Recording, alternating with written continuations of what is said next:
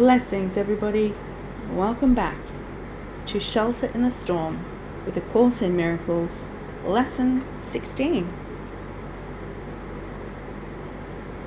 Okay, my editor will be very pleased.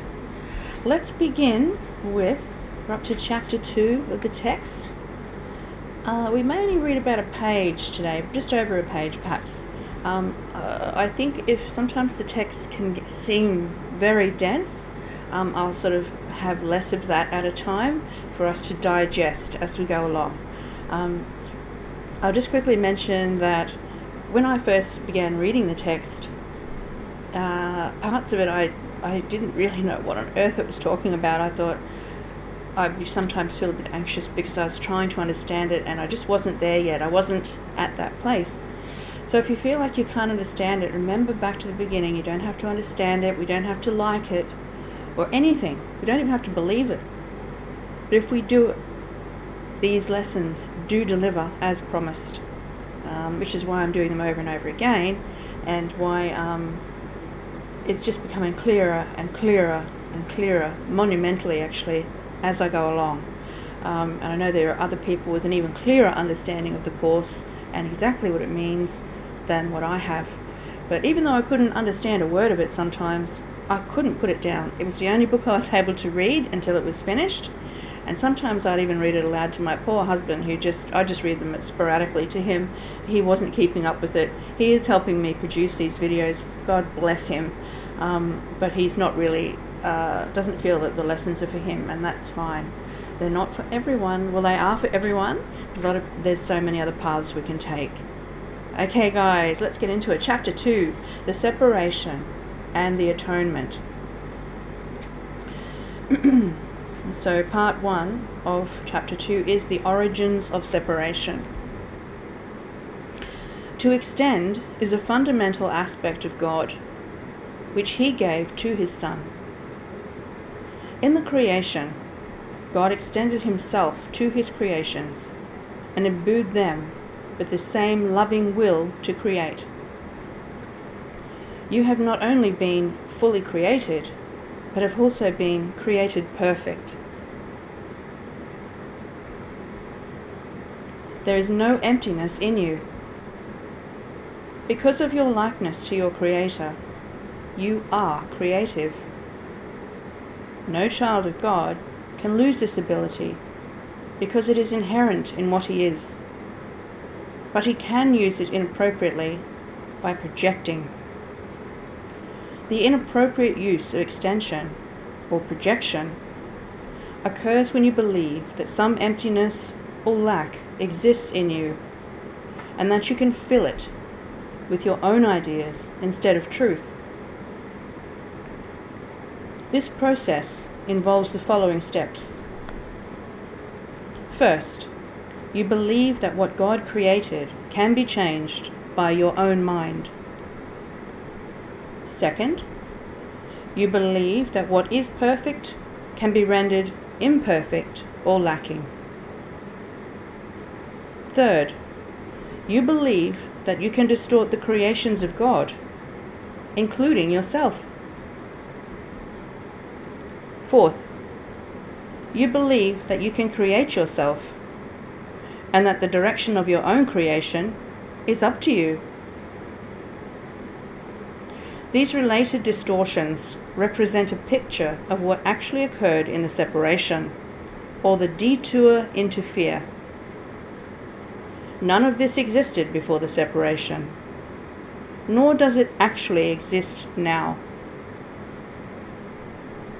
Everything God created is like him.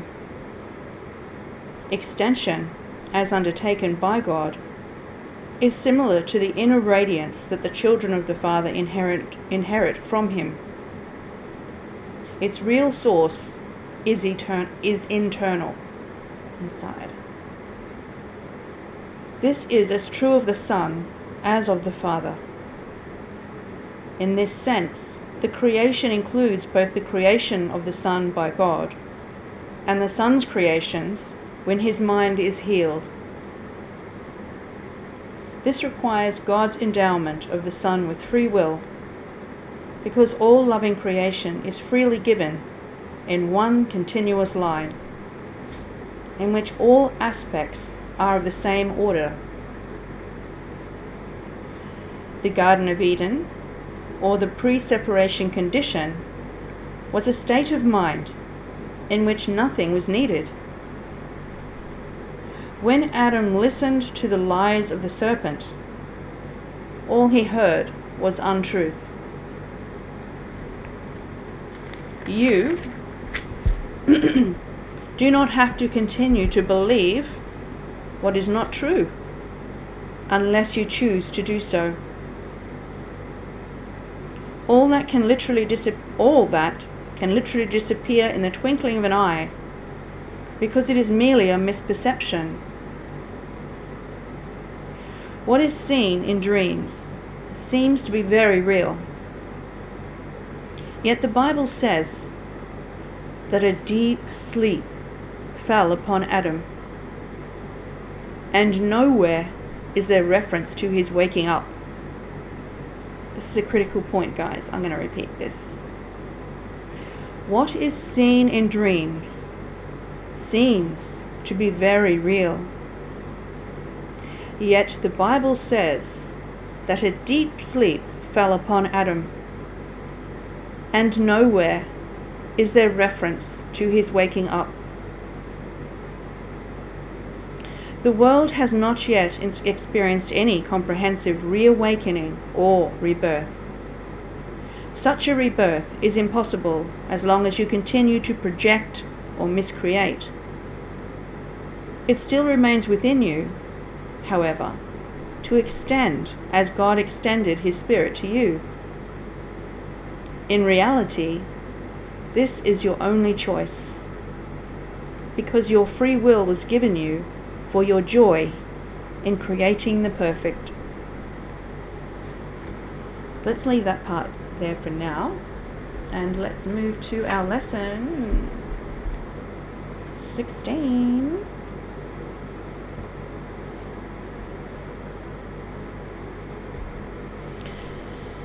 I have no neutral thoughts. The idea for today is a beginning step in dispelling the belief that your thoughts have no effect. Everything you see is the result of your thoughts. There is no exception to this fact. Thoughts are not big or little, powerful or weak. They are merely true or false. Those that are true create their own likeness.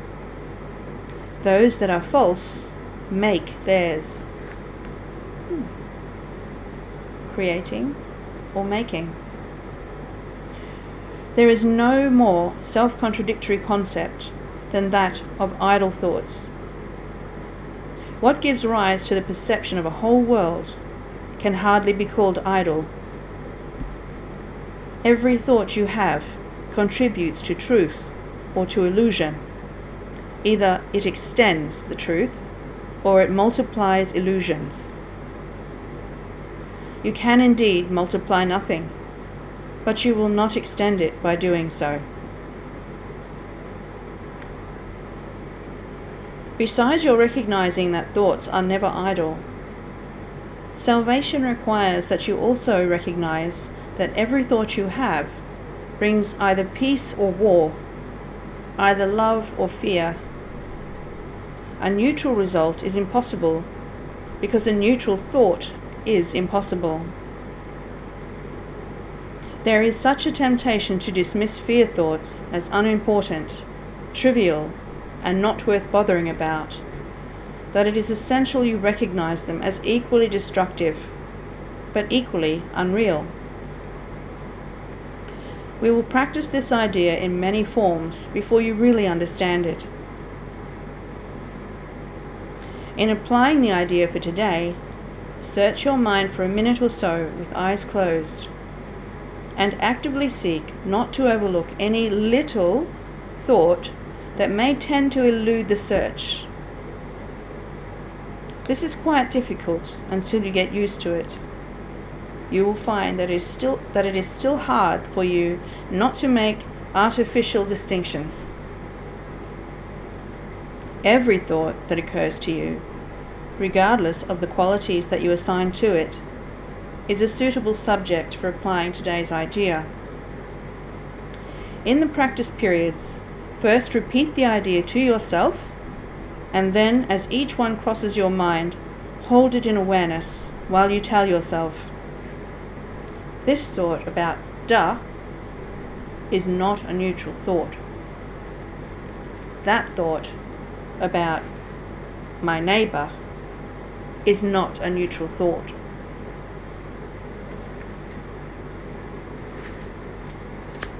As usual, use today's idea whenever you are aware of a particular thought that arouses uneasiness.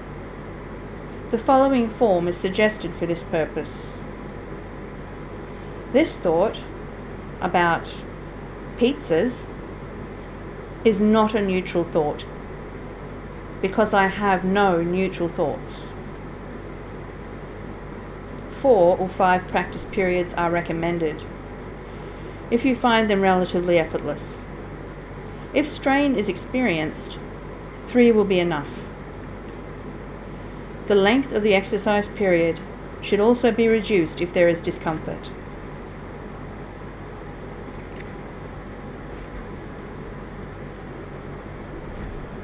So following our lesson practice session, come back and listen to this part, which is Jesus channeling to Tina Louise Spalding, Renee Phillips illustrating lesson 16. I have no neutral thoughts. You are blessed beings indeed. I am that one you know as Jesus. This is an important lesson. I have no neutral thoughts. Many of you have thousands of thoughts a day, of which you are blissfully unaware. These thoughts create and bring things to you to experience because you think about them. So if you are resentful and you are driving in your car as you replay an argument you had at work, and of course you always win the argument in your imagination, don't you? You plant the seeds of war. That is what you do. You choose with your free will. You choose with your free will to entertain an image of a battle, and you win.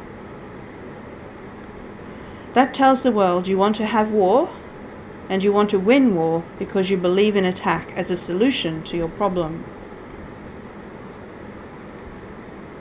Now, when you are in your car mulling that idea over, you don't really think about the message you send out, do you?